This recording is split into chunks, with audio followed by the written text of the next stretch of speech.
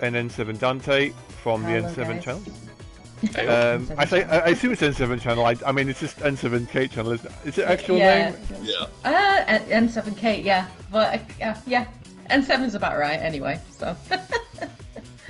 So, early in the week, I had decided to do a couple of thought videos, and one of them was my top games of this generation, as we're going into the PS5 and Xbox, whatever we want to call it. I kept mixing up with names. Xbox Series X, Xbox Series XXY. That's tricky. It's just tricky. The way they name that console. They're going to call it the Xbox Z at some point, and I'm like, okay, I'm buying that. Z0. Oh yeah. For those who are watching the video at the moment, I've just got Shantae running in the background, just so you can see how I fail miserably at it. So yeah, obviously, if those who haven't seen before, N7K and N7 Dante have been doing YouTubing for quite a while. Please go and watch N7K's channel. She does really good work and does really, really good lore videos. Want to give us a bit quick blurb before we go any further? Yeah, can do. So yeah, I've been a YouTuber for about 7 years now, 7 or 8 years. I do pretty much everything. So from my lore videos are probably the biggest in terms of viewership and helping people get prepped for games and things. I do reviews, gaming news, occasionally do the odds let's play of games I'm really looking forward to, and then recently this year I've started branching out in terms of doing live streams and really, really enjoying it. Dante is a guest speaker on the channel. So he appears now and again. He's done a few reviews, which are really good. He did one on Shantae this year, which is awesome. I'm trying to rope him in to do more, because his writing is really funny, particularly when we did our 2-minute reviews. And I know there's a lot of requests for him to do his Mass Effect Comedy Codex again, with Mass Effect Legendary Edition coming out next year, so probably there'll be more on that. But yeah, please, let's push him to do it. Yeah. Just gotta squeeze it in through all the other videos and that. Aye, that's true. So much going off lately. Oh yeah. So yeah, so that's me pretty much in a nutshell. Ah, good. So the first thing we'll do then is, I did give you guys a challenge, which was the top 3 games of the generation, because I know that sometimes having a top 5 or top 10 can get quite hard. I could have done a top 60. Played No, so top many 60. games. No, not that many. That's a bit of an exaggeration. But I've played so many games this generation on the channel, obviously. So to have been able to narrow this down to 3 is pretty impressive. So yeah. But yeah, I've played a lot of games. Some good, some not so good. So what we'll do then is, N7K, if you want to do your mine are in no particular order. There's the top 3 that I've generally probably give a bit of clarification when we do this. So my criteria will be different from the other 2. Mine is what has left the biggest impact on me in the last, say, several years. If I'm still playing it, if I would still go back and play it completely, and it's fun. So I'm sure that they think one of the games on here will be a definite, so I'm not going to say anything yet. But N7K, do you want to go first? Yeah, I can do. So my criteria for Game of the Generation, because I really did think about this in depth, because it's a pretty big title, Game of the Generation. So for me, a game that earns this kind of accolade is a game that really goes above and beyond, so it pushes the boundaries in terms of its genre, maybe acts as like the pinnacle of what that genre should be, or it takes the franchise or takes the genre in new and interesting directions, or this game has such an impact on me, it's such a memorable experience that having played it, that it just sticks with me even years later. So those are the kinds of games I've picked for it. So I'll go through my first one first then, and it's not going to be a surprise for anyone, including Edge, who I know will have been anticipating this. But probably my first game of the generation, and by generation I mean PlayStation 4, Xbox One. We're counting Nintendo Switch as part of that as well, even though Nintendo do their own thing. But the first game is definitely The Witcher 3, Wild Hunt. That for me is the pinnacle of Western RPGs. And I'm saying Western RPGs because I know Edge is a massive JRPG nut.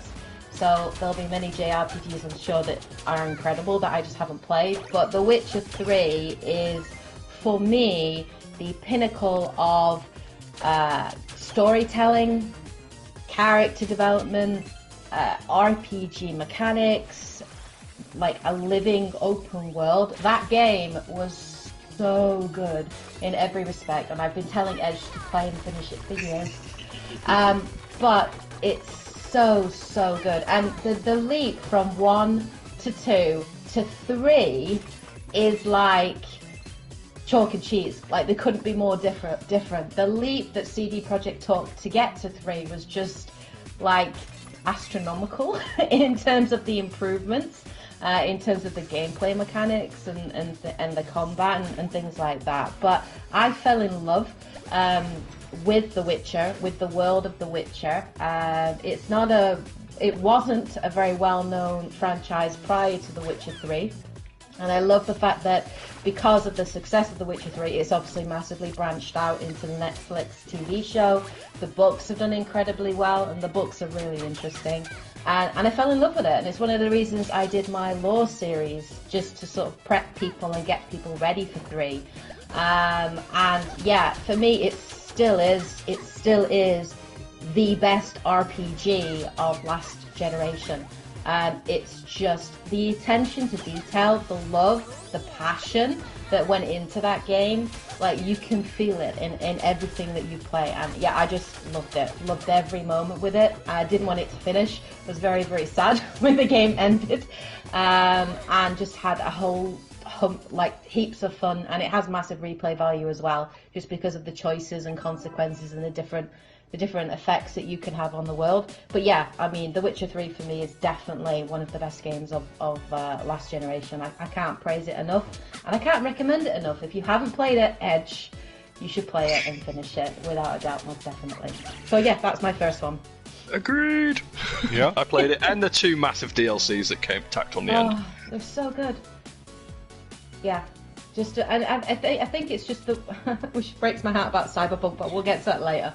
But like, I think the way in which CD Projekt Red continued to support the game as well with free DLC packs, and then when the DLC packs came afterwards, which is obviously Blood and Wine and Heart of Stone, those themselves were again self-contained in themselves. I think Blood and Wine had like 30 plus hours worth of gameplay, 60 hours. It was ridiculous, the size and scope of it. And it was priced at something ridiculous, like $10.99. Yeah. It just blows my mind. So yeah, I think The Witcher 3 is definitely number 1. Okay. I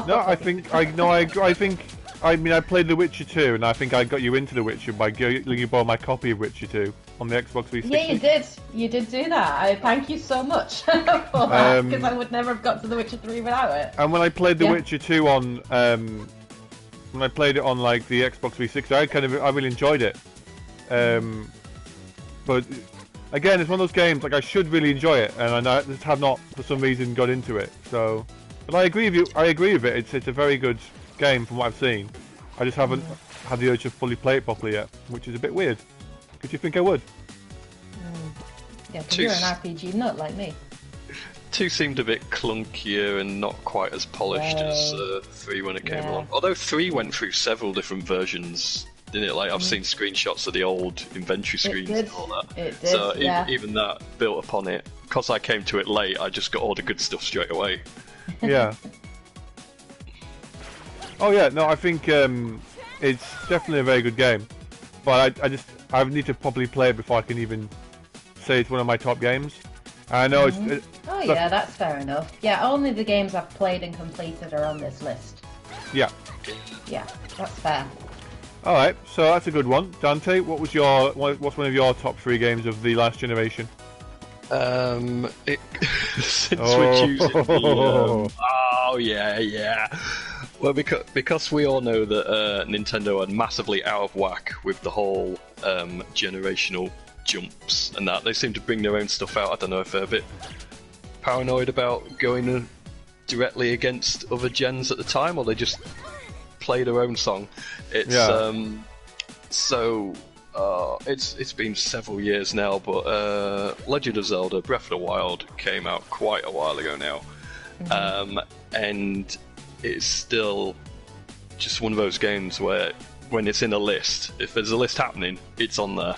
It's one of those where, like, I'm a big Zelda fan. I've played like a lot, if not almost all of the past games. Yeah. And this one kind of broke the standard formula of it all. Decided to go into an insane open world, try and capture some of that magic from the original NES game, where it was like, here, an entire fantasy world. Have that. No direction. Figure it out yourselves. And it's like, whoa, what? And of course, with the technology these days, it's like a lot was put into it. But they also included a backstory to it. There was a lot like going off in it that was very subtle, and as a player, you had to figure stuff out yourself. For those people just speeding through it, they won't have got the same kind of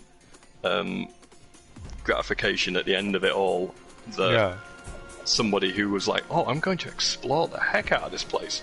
I'm going to find like the flashbacks and memories of what happens in the story. I'm going to find like all the little secrets and odds and sods, and as well as cracking on with the main plot. It's just one of those beautiful games, and I've lost hundreds of hours into it easily. And it's still in my top, like, I think 3 or 4 longest played games on the Switch so far. Alright. And yeah, everything down to the combat mechanics and the way you can approach things. There are so many I think they spent so long figuring out some of the mechanics you can do. Yeah. That even as I speak now, I know there's still YouTube vids and that popping up going, whoa, you can do this in that game. And they just never figured it out like 5 years ago or whatever.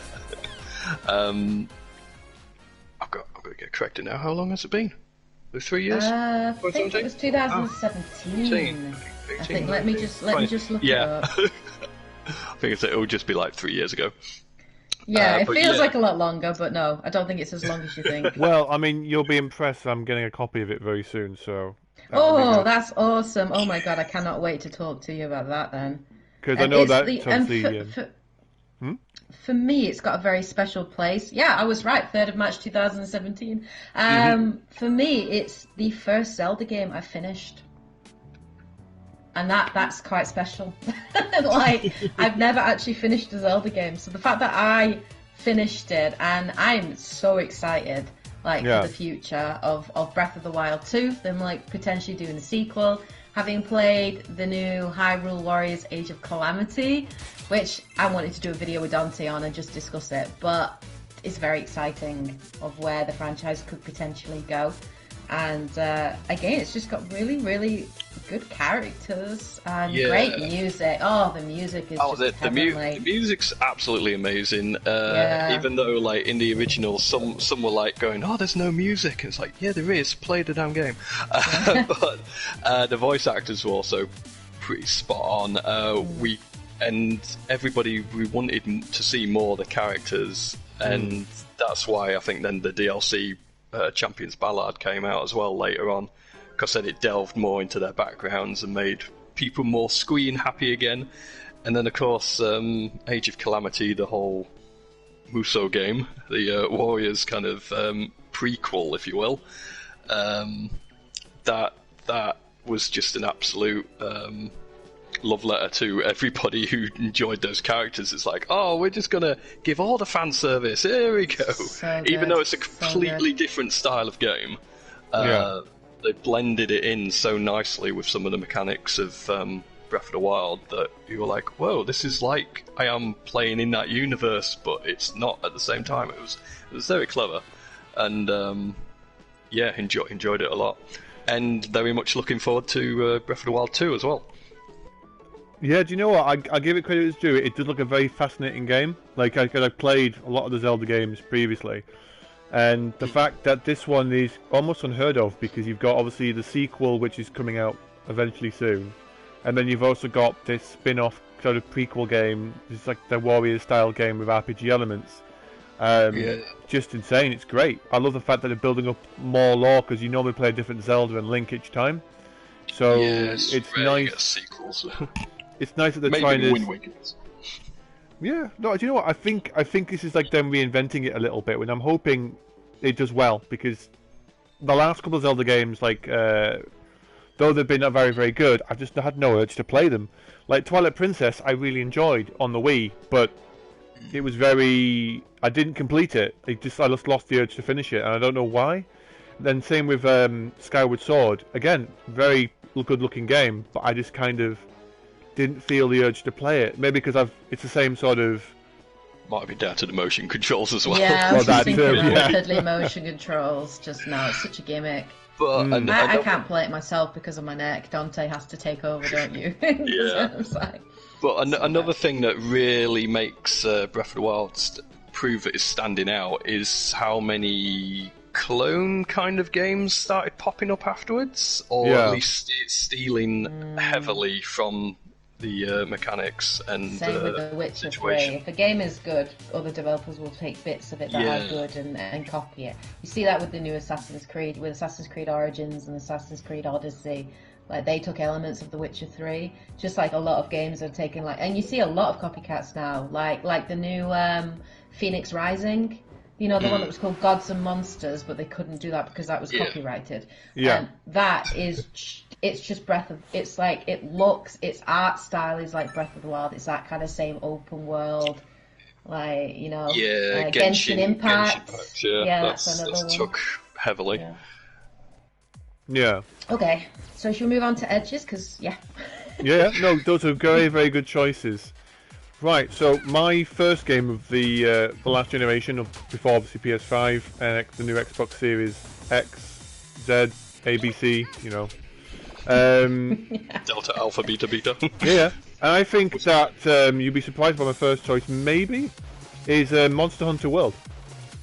Not surprised. It was going to be on my list, except I knew that you would talk about it. So, you know what? So I didn't put it on there. It's one of those games that I've generally enjoyed a lot, and me too. It's one of those ones that I just, for context, for those who've never played a Monster Hunter game, you hunt monsters, pretty much. You carve up their body parts. There's no storyline. It's not like you're fighting a great evil. You're just hunting monsters and killing them. That's all it is, and I absolutely love it. Yeah, for something that has such an obvious game loop, it's surprisingly keep-on-y. But it also crossed over into my lists of longest played and fun for multiplayer. Yeah. Because that's definitely a team kind of styly game. It's not as fun just on your own. I do love multiplayer games because it's fun to hang out with people and have a bit of a fun experience. And one of the ones that I really enjoyed about it was the fact that you're not only learning all their combat, you're learning all the techniques of the monsters, their attack patterns, you're crafting weapons from them, but you get better. Like, you feel like a sense of accomplishment and reward, because like there was like a point in the game where we were fighting Nergigante, a very powerful monster in the story, and we all kind of had that sort of, oh god, so hard, and then we're like, yeah, it's easy now. Let's just go ahead and kill it. And you just get that the level creep. You had that moment of, oh god, we can't do this, and then suddenly, how do we find it hard to begin with? And for Capcom, as soon as they introduced the ability to slam them into walls. Oh yeah. I was like, I know my role. That was a massive DLC as well, though, with Iceborne, wasn't it? Yeah. Iceborne was amazing. Yeah, it's just... For me, Monster Hunter World is the epitome of games as a service done right. Yeah, done in the best way. Yeah, because you've got loads of regular updates for free. Battle for the Iceborne being expansion, which was fair enough. The events. Plenty of monsters. Huge. That's an old game in itself, isn't it? Though. Oh yeah, it's one of those. It's one of those games that I've kept going back to, and I checked how many hours I've put into it, and I've reached over 400 hours. And when you think of the laughs, I mean, my channel started with just doing these little random video clips of us hunting random monsters, but you can see how much fun we're having. And for me, that's one of the big things that I come back to. If the game is fun, if it's got plenty of support and content. Capcom, obviously, a few years back, were doing really bad, and they had this kind of resurgence of decent content or decent games now. So I'm really happy to shout, yeah, no, good on you for doing such an amazing game with this Monster Hunter. And I mean, I played them before, like I played Monster Hunter Tri, I'd have gone some of the PS2 ones. This got a lot of things right, and also introduced a lot of new fans to the series by doing a lot of quality of life fixes. Yeah, massively. Because N7K, I struggled with the previous one. For your benefit, N7K, you know how like you can just get like you can like pickaxe loads of ore around you, or catch bug nets, or harvest like honey. Okay, imagine having an item for every one of those, and it breaks, and that takes up inventory slots. Absolutely not. And like you gotta hope that your axe doesn't break every time you. Rise is going to be good. I really do. I hope they'll take some things from World that were great and carry them on. But yeah. Expand on them or something. I do hope so. I'm excited for that game. I think they'll make a Monster Hunter World 2.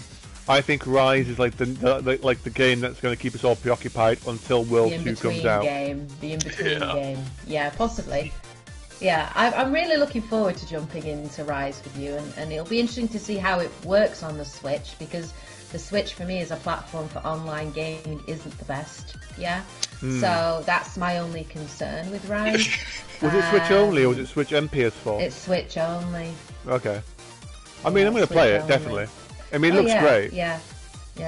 We'll be making use of Discord, I guess, because definitely Switch still doesn't have a chat ability, which is ridiculous. So yeah, but I'm looking forward to it. But yeah, Monster Hunter World would have been on mine, just because it's a game, and again, that game of generation is you're right. It should be a game that you really enjoy playing, and that you have put so much time into. And if you are doing that with the game, there's a reason for that, you know. So yeah, like I totally get why it's on your list. I mean, it would have been on mine, but I knew that you were going to talk about it. So I was like, come on, let Edge have that and just talk about it, because I knew that you'd want to talk about it for quite a while. But no, it rightly deserves its place on that list. It's a fab game, and if you haven't played it, it's definitely, I think it's a really fun. And as well with 2020 and the whole social distancing and isolating, and it's a great game to play with your friends. Oh, definitely. You know, so I think it, more than any other year, it's probably a really good game just for the year that we're having. I want to jump back in now and play it. It's really good. I know, and there's still the monsters we haven't done yet, and there's still armors we've not collected. We've done so much in the game, much content. And I could spend another 400 hours on it, no problem. And that to me is a good game. If I still want to keep playing after so long, that's one of my top 3 games. Okay, so I think we've done our first picks of what our top 3s are. What's your next one, N7K? Yeah, I can move on to the next one. Before I do that, Dante, can you unplug your lead, please? Because it is buzzing through my head. And your controller's been plugged in for the last like 35-40 minutes, so you should be fine. So it should last 2 minutes then. It should last us. It should be okay. Because we're only doing party chat. It's bugging in my head. So my second game then to pick for this is Ghost of Tsushima, which came out this year. Yeah, it's exclusive on the PlayStation 4. Just came out in 2020, and I platinumed it. I actually platinumed it, and it's an incredible game. And there's many reasons why it's on my list. One of the biggest issues I always have with open world games, and it seems like every developer at the moment is trying to recreate The Witcher 3, and everything's got to be open world, everything's got to be massive, and you get developers that do it really badly. Ubisoft, right? You just look at the map, and it's all very repetitive. It's all, it's very dull. It's just, it gets too much. Ghost of Tsushima introduced the idea of exploration and the way in which it works in such an interesting way. I didn't realise I was doing all of this open world exploration because of the way it was implemented, if that makes sense. So on Ghost of Tsushima, you have this kind of wind that you can use as your direction. So rather than having your UI full of like icons and things going, oh, go over here to get this, go over here to get this, and like, that kind of thing, you have hints in the world that show you where there are things maybe to go and explore, yeah, or to go over here and have a look at. So say, for example, if there is smoke in the distance, then that might indicate that there's an enemy camp, or that there's a side mission or something over there for you to explore. The world itself feels really alive. So you've got like the trees and the cherry blossoms and things. You've got animals in the world like birds and foxes and things that you follow, and will lead you to things. So it takes open world exploration and shows it in a way that's incredibly cinematic, utterly gorgeous, completely immersive, and just refreshing. Yeah. And because I've played so many open worlds, and I've played a lot of open worlds, I got to the point where I started to feel open world-itis, as in I'm fed up of it. Yeah. You know, and I just got tired of it. And Watch Dogs Legion, I will talk about it later, but it is on it's one of the biggest issues I had with that game. But Ghost of Tsushima it's just gorgeous, and the way in which it's implemented is just incredible. I couldn't stop exploring because it was just such a gorgeous island. It was so different. It was just so interesting, and then couple that with some of the best combat I've seen in a game for years. Yeah, the combat in Ghost of Tsushima is just fab. It's so accessible. It's so much fun to play. The musical score is incredible. This is the Assassin's game set in Japan that I always wanted. Yeah. But for me, obviously, you guys know I love Japan. It's one of the countries I spent 4 years living there. I'm very, very attached to it, its history and everything. So I knew I was going to enjoy this game. I knew I was going to love it going in, obviously. But I didn't expect to enjoy it as much as I did, and I couldn't stop playing it. Like I got hooked into it, and before I knew it, I platinumed the game, and didn't even realise I'd done it.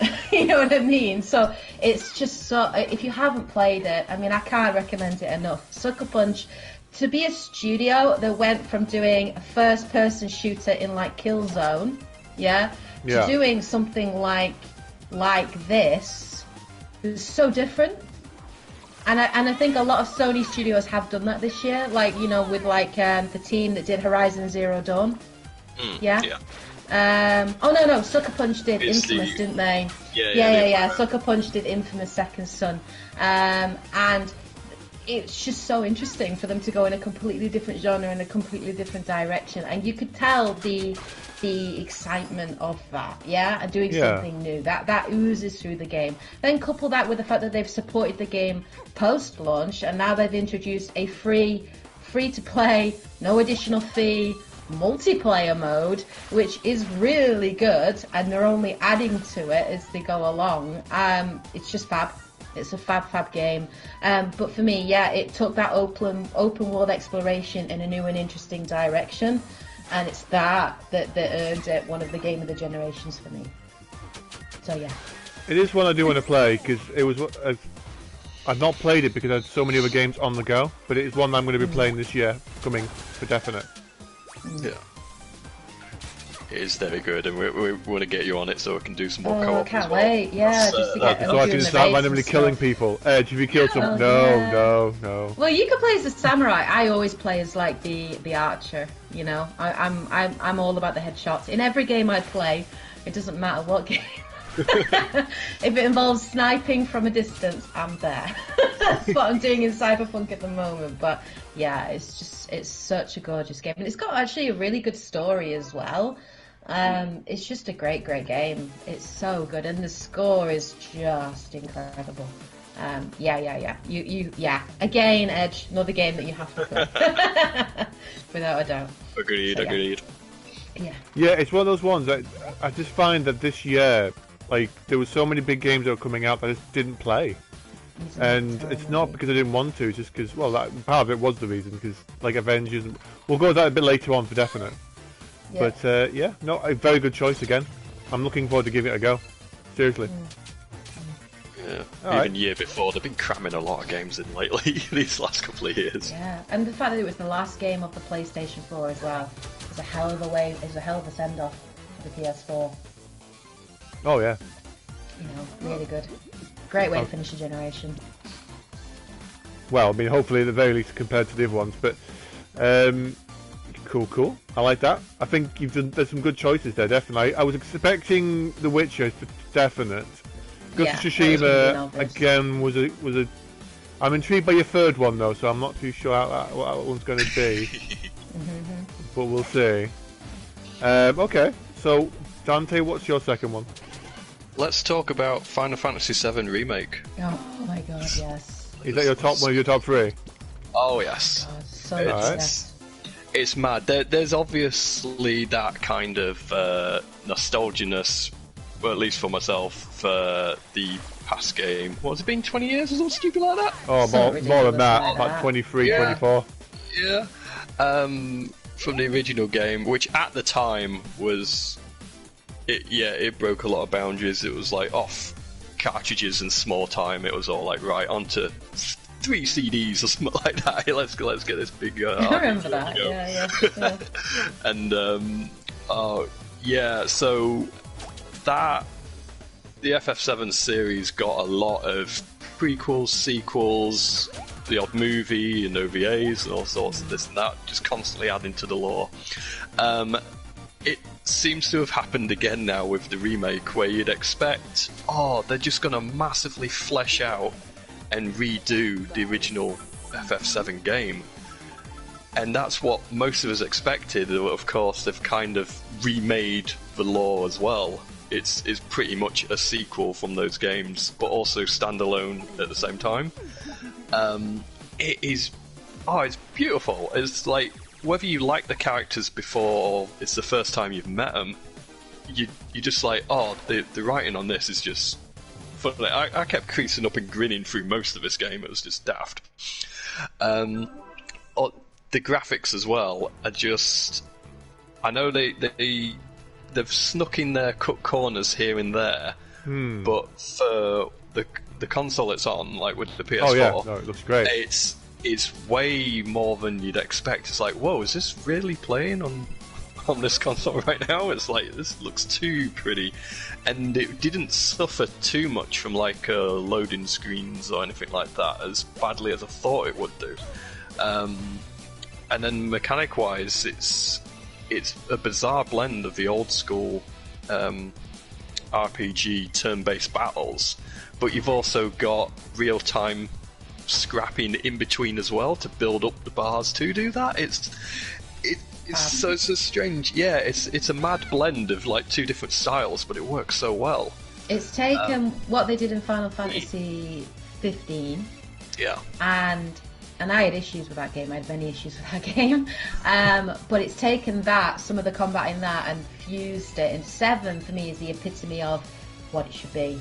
Yeah. And where it should go. And the combat was just... I was really surprised by how much I enjoyed. I knew I was going to enjoy the characters and the story, because I've heard great things, and I've never finished it. So I was expecting that, but I wasn't expecting how much I actually enjoyed, like the combat and the customization, of the materia and stuff. And, I loved it. Yeah, I loved it. It was so good. I can't wait for the next one. Oh, I'm so excited. I generally did love it. I mean, I played to death FF7 when it first came out on the PlayStation, and obviously I can't say too much because it's very interesting because N7K hasn't played the original. I already know one of the endings. I know what happens to a particular character because it got spoiled for me, and that's fine. And I'm happy if they change that, so that's okay for me. So yeah, because I'm like, no, I love her.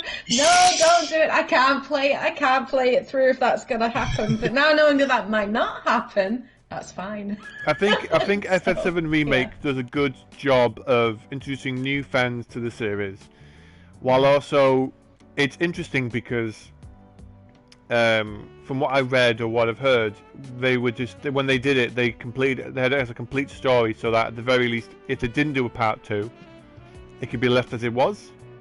But I mean, obviously, they're going to do a part 2, so that's fine. So many questions on the end, though. It's like, no, there's got to be more than that. I mean, 3-part, I think, at least. Because me and Dante have played the first one, we could theorize so much about what's happened with the ending of the first bit, which I think we could do a video about next year potentially. But it's hard because N7K hasn't played the original, and anything we do talk about would be spoilers.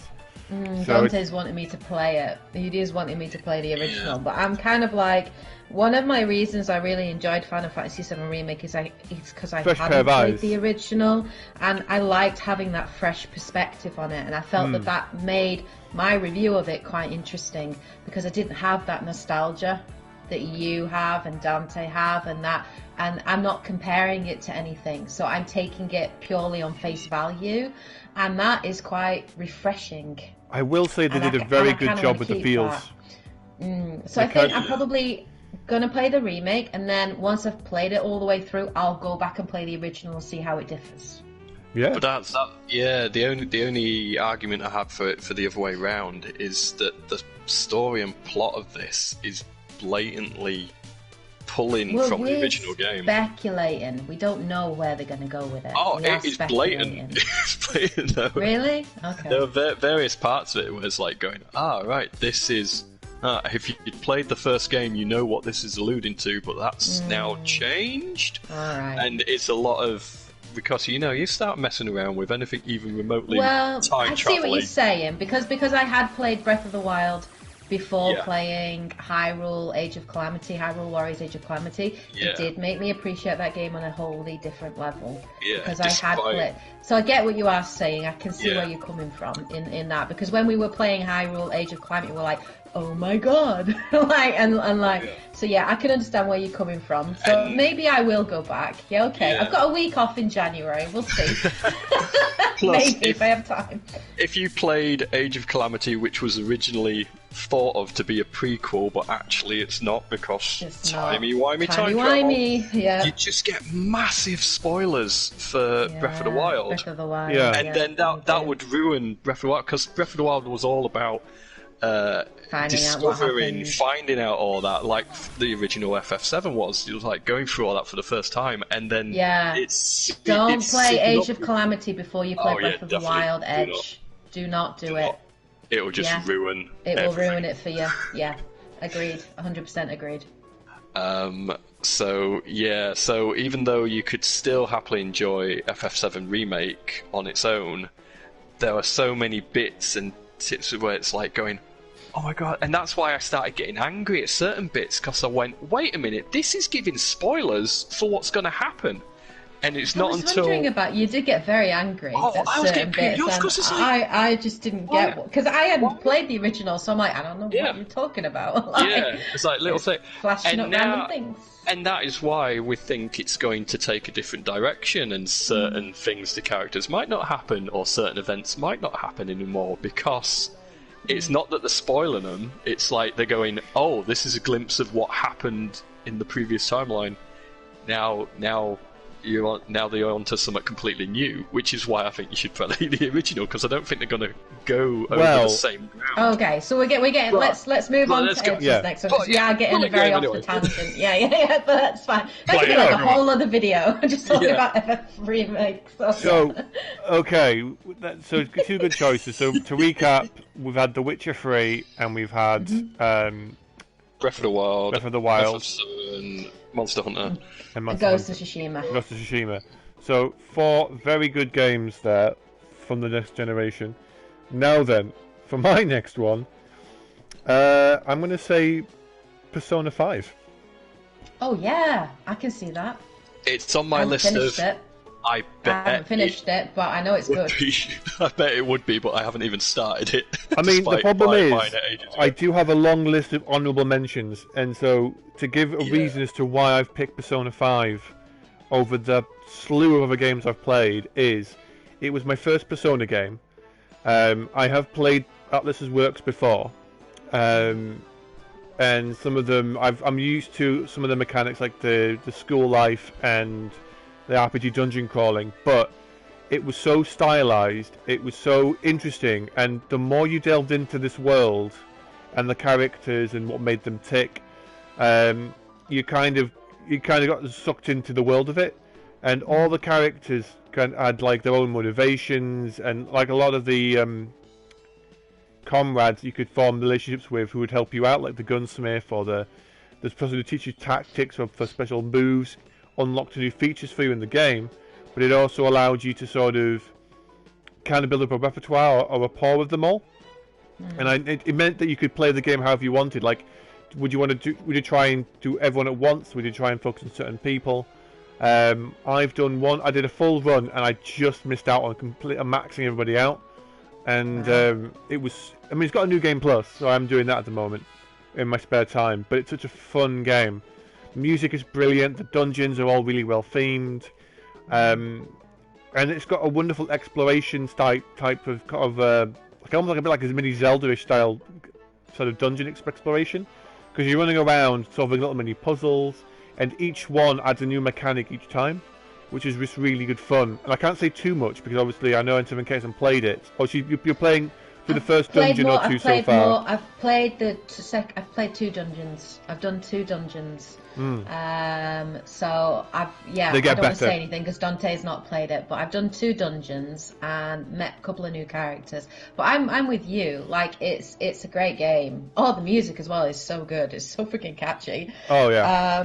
But yeah, I was surprised by, like, there's a lot of not micromanaging, but like, you know, when you're in school and you're taking lessons and you can choose how to spend your time, you know, in the downtime, and it's about like managing your time as well and like what you want to. So how it sounds very much like Fire Emblem, you know, like Fire Emblem Three Houses. The old it school has some elements sims, of that. It's not a dating sim, but it's so well written. It's so well written, and I tried it both in the Japanese and in the English. And I'm playing it in the Japanese because I'm just enjoying it more. But it's still both are good. But yeah, it is a game on my list of games to complete on my freaking giant backlog, which is just getting bigger and bigger and bigger as we go. And but no, I think it well deserves a place on your list. It's a great game. Now, to clarify, Really I can't put the Royal on it because I didn't play the Royal, and I know that's like a re-release of the game with a new character and extra content. But just going from the original game, I have issues with them re-releasing and charging a full price it's for an edition. been done before, unfortunately.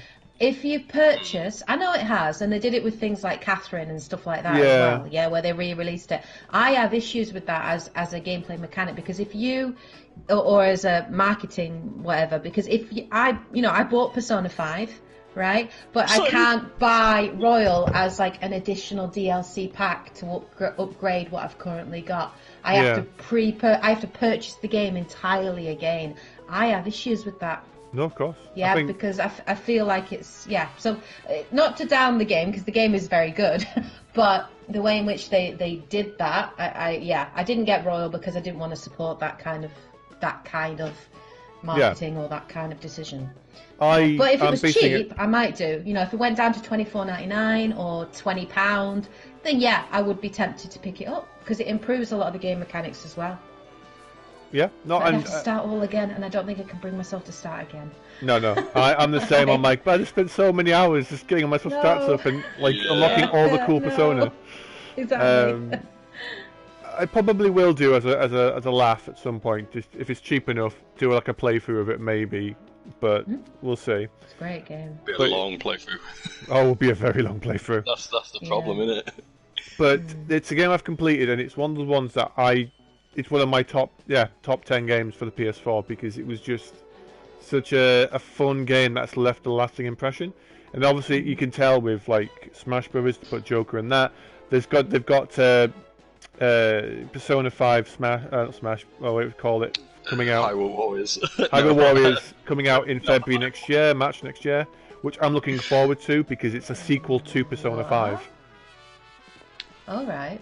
So it's story-wise, it's a sequel to Persona 5. It takes place 6 months later. Okay. And if you've not seen any gameplay video of it, I would recommend, because it looks a lot of fun. And I don't know if it is multiplayer. I think it might be 2-player. What's it called? Persona 5 Scramble.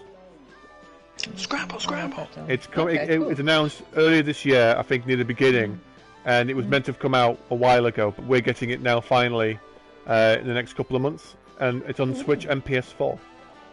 Ooh, okay. But one to play after completing the original game. Playing the original because Yes. it's a sequel. Right, better get on with that. But then, you don't need to play the Royal, because I don't think it takes Royal into account. It only takes... Oh, that's fine. Thank God for that. Okay, fine. It only takes Persona 5 original into account, unless they add any DLC to it later on. But it looks really good, and it looks Shame really... you can't take your save file from Persona 5 I and know. just transfer it into Persona 5 Royal. Just be You know super what I mean? powerful already. It's just such a shame, because obviously they've got the additional semester, haven't they, and stuff. Yeah. And the additional characters, and obviously the tweaks and things like that. But yeah, hey ho, that's fine. Atlas! I know, right? It's one of those fun ones where it's like... I mean, they have got the new Shin Megami Tensei game coming out next year as well. So I might have a look at that one. It's very similar in terms of the summons you get and monsters you get from Persona, because I think the Persona's like a spin-off of that. So we'll see. But that's in my top. That's in my top 3 because I'd go back and play it again quite comfortably. Yeah. All right then. So your third choice, Kate. What is that? Okay, so this I'm is going to be intrigued. an interesting one. It's one that you wouldn't have seen coming. So my third choice, and again, like I say, the Game of the Year games for me are games that have a lasting impression on me and do something new. So my third game of the generation is Hellblade: Senua's Sacrifice on the PlayStation Do you know what? 4 I wouldn't have thought it straight away, but by Ninja Theory. I've talked about it before, so You you did. know, obviously I'm massively. Now, I think this past generation more than any, has been a generation when indie studios have really shown what they can do. Yeah, I mean, look at things like Hades. yeah, You know, that came out this year and how well that was received. I still need to play it, but I hear it's a fab game. There's been a lot of very good games, and Hellblade: Senua's Sacrifice for me was a game I was interested in, but I wasn't expecting for it to have the impact that it did, and the vision that game had, because obviously the game deals with mental health. Yeah, it deals with psychosis, hearing voices, visions, schizophrenia, paranoia. It's really interesting. Now, it's set in like Norse mythology. Yeah. Yeah. So you play Senua, and the basic premise of it is her lover dies, and you're trying to return his soul back to the afterlife kind of thing. Like you do. Senua, yeah, like you do. But Senua is like constantly, as you play through it, you see her mind start to unravel, and it's so like cinematic and visually striking. But what really got me was the direction, yeah, and the game direction, and the audio, like the way in which they use sound. And I played it on headphones, Yeah. and as you're playing through it, you have these voices that constantly come in, but they used like, this is like 3D audio used really well. So the voice comes in really close and then pulls out, and it uses sounds very, very well. And as I was playing through it, like, I started, the line between Senua and me blurred, Yeah. to the fact that I felt like I was that involved in the game that I started to almost channel like that character, and I started to actually act out with these voices. So there were like parts in the game where I was like, shut up, stop talking, shut up, no, I'm going this way, and I started to properly actually feel like just that emotional kind of just exhaustion. I make the same game sound horrendous. I make it sound like the most traumatic thing in the world. It's definitely a But trip. it is, yeah, and you have to be in the right frame of mind to want to play it, for sure.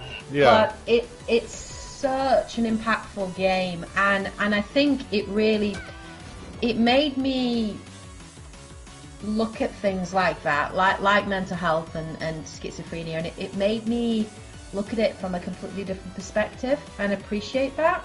And it just took me to places I wasn't expecting. And like I've always said, games are an art form, yeah, and they can transport you to places and to moments that we wouldn't usually experience. And it's one of the things I really love about games. They're like no other medium, in the fact that you become that character, you're playing that moment. It's like when I played Mass Effect and I'm freaking shouting at my Shepard, and I'm shouting at Rex, as you in Mass Effect 3, where he's like, there's a Reaper in my way, Rex, and I'm like, I'm in that moment, I am Shepard. And it's where games do that for me, where that's where they really do something special. And Hellblade: Senua's Sacrifice for me, and I'm really happy that it got the recognition it deserved that year, because it really did do well. But it was incredible. And it was just great to see an indie studio push the envelope and try something new. Because one of the issues I have with a lot of big AAA games, right, is they play it too safe. Yeah.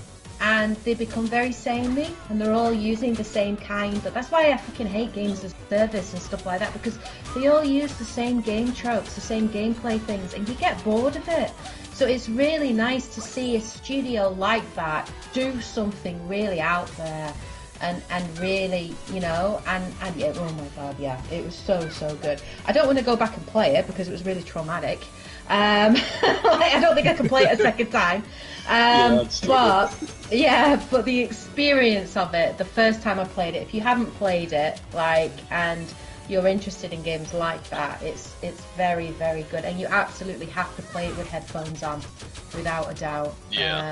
Because that is the way to experience that game. But yeah, that's why it's on my list, because again, it did something new, something different. And it did storytelling in a new and interesting way, and again, it had that impact on me that I wasn't expecting. And even weeks after, I couldn't stop thinking about it. Yeah. And reflecting on it, and when a game does that, it's good. So yeah, so that's why it's on my list. That's good my choice. third one. Yeah, not bad. Okay then. No, I mean, I've not played it, and it was one of those ones that like you say, you're going to be in the mood. All three that I've picked, you haven't played. Yeah. Which is interesting, so you have to get on them. I highly recommend them if you have the time. The Witcher 3 I did play briefly at the beginning bits, and I just, again, it's one of those ones... The opening section, yeah. Yeah. The orchard one, where you I got past the orchard. The tutorial. Oh, did you? Okay. Did you get to the Bloody Baron yet? Yeah. Oh, okay. It was alright. I was just like, okay, let's just kill you. Give it. You killed the Bloody Baron just like that? I thought, fuck it. Wow. Okay then. You probably missed out on a lot of really interesting stuff then, maybe.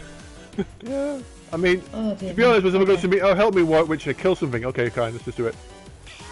Do you mean, what? It's my job. My job to kill stuff. Pretty much, yeah, kill. Yeah, that was it, really. I mean, yeah, I mean, I don't know what else to say, really, at this point. It's fine. We'll move on to the next game. Which is fine.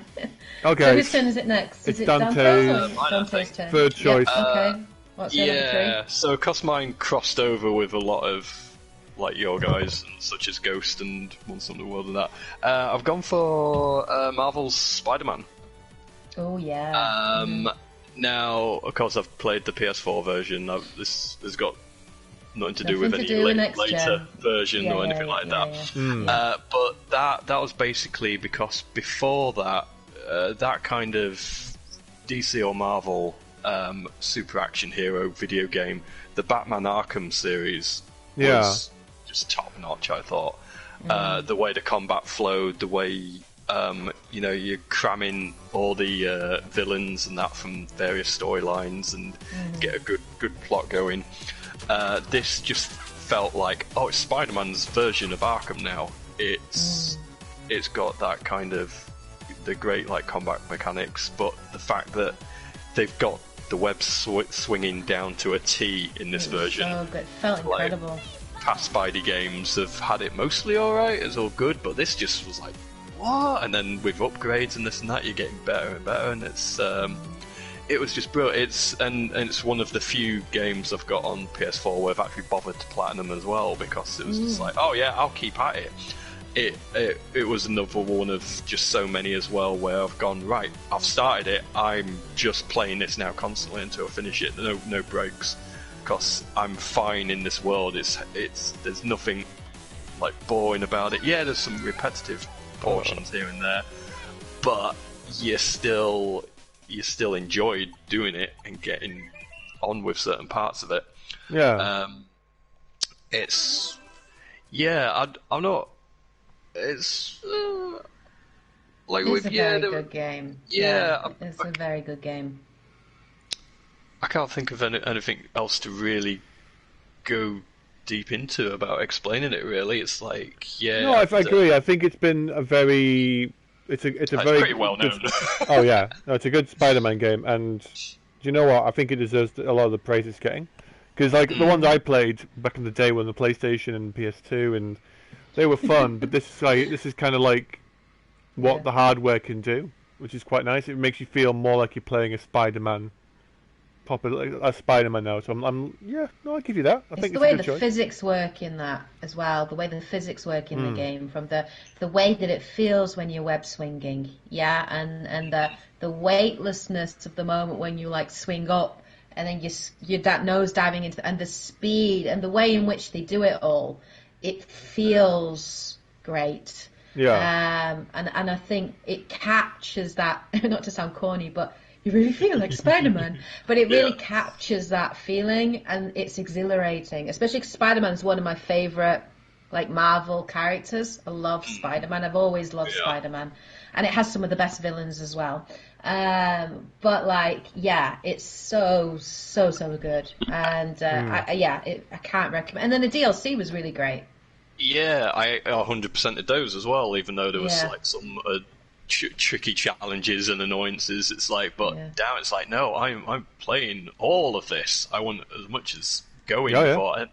Lots of little Easter eggs and references to certain things as well. And as you were saying, it's got that Arkham effect. Bring it's back like Black Cat. I love Black Cat. you were the goddamn Batman in Arkham. You are definitely the Spider-Man in this game. But what makes it so depressing is the fact that you could then make a really good Superman game, or you could make a really good. Oh, don't. Yeah, well, yeah. And they just don't. Flash, or the Flash, and they just don't. What? Yeah. You can be done. You got Batman and Spider-Man. Both of them have powers, and like, how can you not do this? How can you not be able to make? Nice. I want a Wonder Woman game. I mean, it's been done. I mean, you had Aquaman game, and that was terrible. I would love a Wonder Woman game. I really would. It would be so cool. But other little things I liked about, like, say, the Marvel Spider-Man was more attention to detail and that, and such as, like, even the voice actors recording the same lines differently, whether he's web swinging or not, to get that, like, so like, you could listen to just him talking through plot while you're swinging through the city, or just when he's sat down, and it sounds natural, and it's like, oh, this is how they haven't figured out. It's like, Peter, why do you sound so strained? Nothing to swing in front of the city. But there were lots of clever little bits. Oh yeah, humor, and anything that makes me crack a smile as well is always good. Yeah. No, I think it's a very good third choice. I think, you know what, I'm not too surprised, because when you look at the amount of work and effort in these games, it's just very well done. And I think it kind of shows you a little bit as well, like as the consoles get into like their height before they go on to next gen, you can see how much work and effort. Because I mean, Witcher 3 came out in like near the middle beginning of the PS4, which was quite nice, and it was a very good visually looking game. And then when you look at Spider-Man, you look at Ghost of Tsushima, we've mentioned, like just and Spider-Man, like just the sheer amount of like effort and quality looking there is just amazing. And I can only imagine what the PS5 will show off in the end of its lifespan, hopefully. Same for the Xbox Series X and the PC gaming in the next 10 years. I mean, especially when you looked at the demo for Unreal 5, was it? Like, holy crap, that's going to be amazing, hopefully, what they do with it. Tech demo, though, so we'll wait and see. We'll have to wait and see, definitely. Yeah. Right then, so I reckon that my third choice is going to not be a surprise for many people. Oh, God, I already know what you're going to say. Yeah. No, I mean, I could troll you right now and give you my third choice. Bother. My third choice is Barbie. No, it's not Barbie. No, it's Cooking Mama. Cooking Mama 3. Yeah, no, it's not in there then. So this disclaimer on this game, it's the reason why I've picked this one is it did the impossible. It got me to play a game as a live service type game for more That's a second than, life. as a second life for more than 2 years. And the He's fact that I even can got go, like a second mortgage well, not even that. Like in I've that only, property. I mean, Purchased I'm it, bought it okay. outright. I bought a game in. I bought a house in the game. Yeah, so clearly we know And what he's we're been doing. going to Wait. Are we weddings talking and about everything. Animal Crossing here? No, not Animal Crossing. So, I've been playing Final Fantasy XIV: A Realm Reborn. No! No. Shocking. You playing was- Final Fantasy 14? Now, I wasn't going to put this on here at first because I thought it can't be. It's not really fair because you've got expansions as well, but you know what? No, it's fair. It's fair. That game did something incredible because when the Final Fantasy 14 came out first time, it was so Originally. broken, and they took that and fixed it and made it into something truly remarkable. Yes. And the community now is incredible. So no, go ahead. You tell me why you love it so much. So 'Cause I love- I get it. I totally get it. I love 14 so much because, unlike, say, and I will mention about the other Final Fantasies, I never played 15. I can't. I tried. I really did. I just Don't couldn't get into bother. it. And before that, obviously, I'd played 13 and I'd played 13 too. So I was kind of okay. But just the amount of story and the amount of work and passion that you can see in this game is just insane, and it rewards you for playing through the story. It's a strong single-player narrative mixed in with multiplayer, and it's done right. I mean, I've played WoW before, I've played Terra Online, I've played a number of MMOs, but this one has stuck with me because not only does it reward me for playing as a solo player, but it also gives me so much content that I'm still trying to complete to this very day. And I will say this now, and I'm sure people will go bullshit. I'm saying the word now, bullshit. It's better than 15 in terms of story. I will guarantee that now. No, that's very easy. Have you finished 15? Have you Yes. played 15 and finished it? Yes. Right, the story was shit. 15 Shadowbringers is one of the best Final Fantasy stories I have played. With the consensus is you've got to have played through the beginning up until then. It is such a really good story, and I have watched reaction videos to see, well, how did everyone else react to this? Because I need to know if everyone else had enjoyed Shadowbringers as much as I did. There were people crying. I'm like, what? That's how. If an MMO storyline can get other people to cry, and I go, I actually really enjoyed this. That's something. Because I mean, obviously I've got a house. There's a lot of social aspects as well. You can get a house in the game. You can, yes, go to cat weddings apparently. But Three of them. 3 of them, in I a know. week. I got invited to so many of these things. I'm like, what the hell's going on here? But I had so much fun with it because it's a wonderful community. There's not so much toxicity. I mean, every game will have some toxicity, multiplayer Refreshing. aspect, Yes, but nice to have a community it's so that's much like fun. that. And Yeah. I'm still playing right now. Like, I'm not playing right now while we're streaming this recording this video because that would be insanely hilarious. What are you doing, Edge? I am not. I'm just playing Shantae. Still like playing through Final Fantasy 14. Yeah, I'm not doing that. But it's one of the best Final Fantasy games I have played in recent years. Now, the reason why I've not put FF7 Remake on my top 3 is I really enjoyed it. However, it's not one that, to me, it's not a complete game because it's only one part of the whole picture. That's the annoying And thing. so I can't put that in my top 3.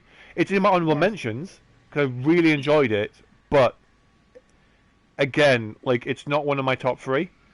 And then, I mean, before we go any further, let me just mention. So, honorable mentions I could have put on here: Fire Emblem Three Houses. I really want to put that in my Yeah. top 3, and I lost put it, my life to that game.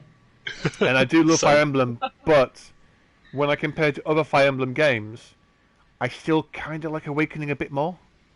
On the 3DS, Matt Dante will know what I'm talking about because I that's just good. That's I good just as well. really enjoyed the Awakening one a bit more, but I still do love Three Houses, and I do hope they make another sequel. I hope they make another one for the Switch. I would have put in there Resident Evil 2 and 3 or one of the remakes because I really enjoyed those, and they got me to actually finally play those games. And visually and story-wise, good fun. But I wouldn't put it. I wouldn't go back at this point because I've done it. Tales of series. They did 2 on there. Tales of Berseria, a JRPG. Really enjoyed it. And there's a meme going around where Clive, the main character from Final Fantasy 16, is like a copy paste of the main character Velvet from Tales of Berseria as a joke. Really, really enjoyed that game, but I can't put it on there. The Trails of Cold Steel, really love those games, but again, I can't put them on my top 3 because they're too recent for me, and it's not. I'm still kind of getting to grips with it, and I think it's not one of the. It's a series of games, and I would have to pick one. It's like asking you to pick. If you said to me, Mass Effect the trilogy as like a game or your top 3, I'm like, that's a series of games. You can't do that. Mass Effect 2. Yeah, I can't do the Tales of Cold series as a whole game because it's 4 parts, and that's not fair. Yeah. So like the Uncharted series as well. It's like, which Uncharted? Oh yeah, I thought Uncharted 4, but then I thought, well, hold on, it's a fourth in a series. Yeah, I get. Yeah. I would have put Smash Ultimate on there as well because it's a fun game for the memes. Because I just went, oh dear God, the amount of characters you can play in the game. But, and this is going to sound really silly, I haven't played Smash as much anymore. And that's more maybe because of COVID, but also because of the fact that online play I don't do that much with. I remember as a kid, we would play, I think, Melee and maybe Brawl. And back in the heyday on the Wii, we'd play for hours on the GameCube version and the Wii version. And I just think nowadays, I prefer to play with people around me. Does that make sense? I like playing local. It's definitely a couch co-op. It's a couch co-op game. Yeah. That. If we were still able to socialise as much as we could do, I reckon Smash would be on there because I would be like, oh yeah, MU 2020. I'd be on the proviso that you could play couch co-op. Hell yeah, I would be on there playing completely with you guys and going playing as Joker, Cloud, Sephiroth. Screw Minecraft, Steve. What the hell? Really? You know, playing all that, and I think that would be in my honorable mentions. But I'm sure you guys. I don't want to take up too much time. What was your honorable mentions? Just before we move on, then I'll just point out the Ultimate. Yes, Smash Bros. Was in mine as well, mostly just due to the entire gaming history in that thing. Yeah. Not only just like Nintendo's, but all the third-party characters and content, the music tracks, demos. What was it? It was like something stupid, like 38 hours worth of music in it to date. Yes. At least. And yeah, all the little tips. There's just so much content. It's mad. I'm actually surprised I don't play it more. It's probably just because I'm not that good. I'd play it more if I was better. I feel it's a like multiplayer game. Get some online games of it at some point, but it's definitely more fun multiplayer. Oh god, yeah. But yeah, there's just so much content crammed into it, and it's on the Switch. It's just like, how are they doing this? I know they did some mad compression technology to get all the music on, because it's unheard of otherwise. But yeah, it's just it's a brilliant bit of just gaming history, really. It makes you wonder how the heck people can argue about like 70 gigs for like FF7 Remake, and then you get all this on a Switch cartridge. Oh well, there you go. It's crazy, but yeah, very clever stuff. And of course, everybody on like across the internet's all like, "Oh, we want this character in," or has an opinion when one gets revealed, or this and that. And it's insane on how it's become this thing. Yeah, Sakurai was originally there going, I just want to make a fun party game. And now it's like, what the heck? Yeah, I think of it so. It's kind of fun though. I think he's enjoying it. Yeah. It is.